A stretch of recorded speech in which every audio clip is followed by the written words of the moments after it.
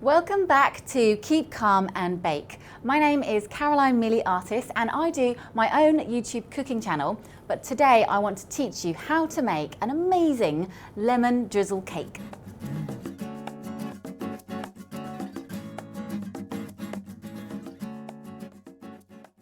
This is actually quite an easy cake mixture to do.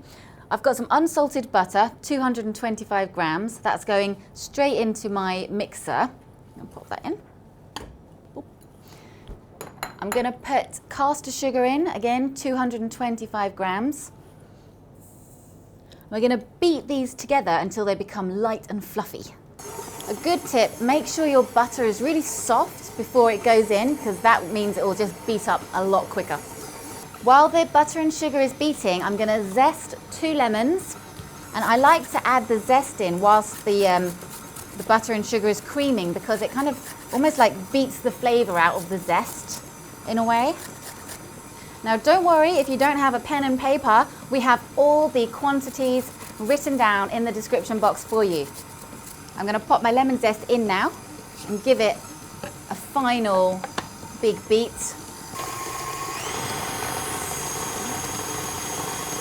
So you'll see it goes a lot lighter in colour once it's fluffy. That is perfect. Now I'm scrape down the sides. I'm going to start adding the eggs one at a time. So I've got 4 eggs going into this mixture. Just crack it in, making sure there's no shell. So I'm going to just beat this until it's all incorporated, and then I'm going to add the next one. Now for the flour. I've got 150 grams of self-raising flour, and I'm going to sieve this into the mixture. There we go. Now sieving always helps to kind of incorporate air into the cake and to help it rise. So there we go, 150 grams of that. And also, I've got 75 grams of ground almonds. Now, I'm using ground almonds in my cake because I just think it adds a really nice, slightly thicker texture to the lemon drizzle cake. Yeah. If you were allergic to nuts, you could actually leave out the almonds and just put in an extra 75 grams of flour. Now, mix these together. We're going to beat this together for about just another 30 seconds until everything is really well combined and you can see it's nice and fluffy. All right. Now the batter should look like this when it's ready. So again, it's nice and pale. It's very thick. This is a thick mixture. Okay, but as you can see, it's just fluffy and nice looking, and everything is well combined. And now, this is all going to go into your greased and lined loaf tin I've got ready. Ta-da! It's really important to make sure your oven is on and warm. It's preheated before you put your cake in. All right. Otherwise, it's not going to rise properly. A really thick mixture, but this just kind of adds to the yumminess of the cake. Look at me, I'm scraping every last bit out. Push it to the edges, and this will help it bake evenly. Now it's ready to go into the oven, 180 degrees C for 45 to 50 minutes. So you have to test it with a skewer to test if it's ready later. Cake is cooked and out of the oven. While it's still hot, I'm actually going to poke with a skewer. I'm going to poke some holes in the top of the cake. There we go. And this basically helps the syrup that I'm going to make sink in and really make the cake even more lemony and a little bit more moist. Yum.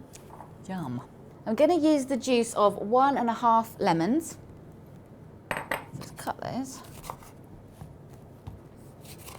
This cake is so kind of refreshing and a really lovely cake to have if you've got friends coming over or family and you want to have something nice with a cup of tea.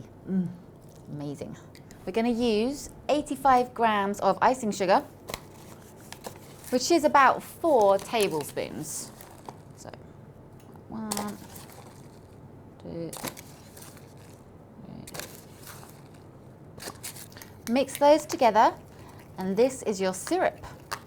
I'm going to add one more ingredient to this, and that is a tablespoon of some demerara sugar, because I like to have a little bit of a crunch on the top of my cake. So I'm going to put a tablespoon of this in. There we go.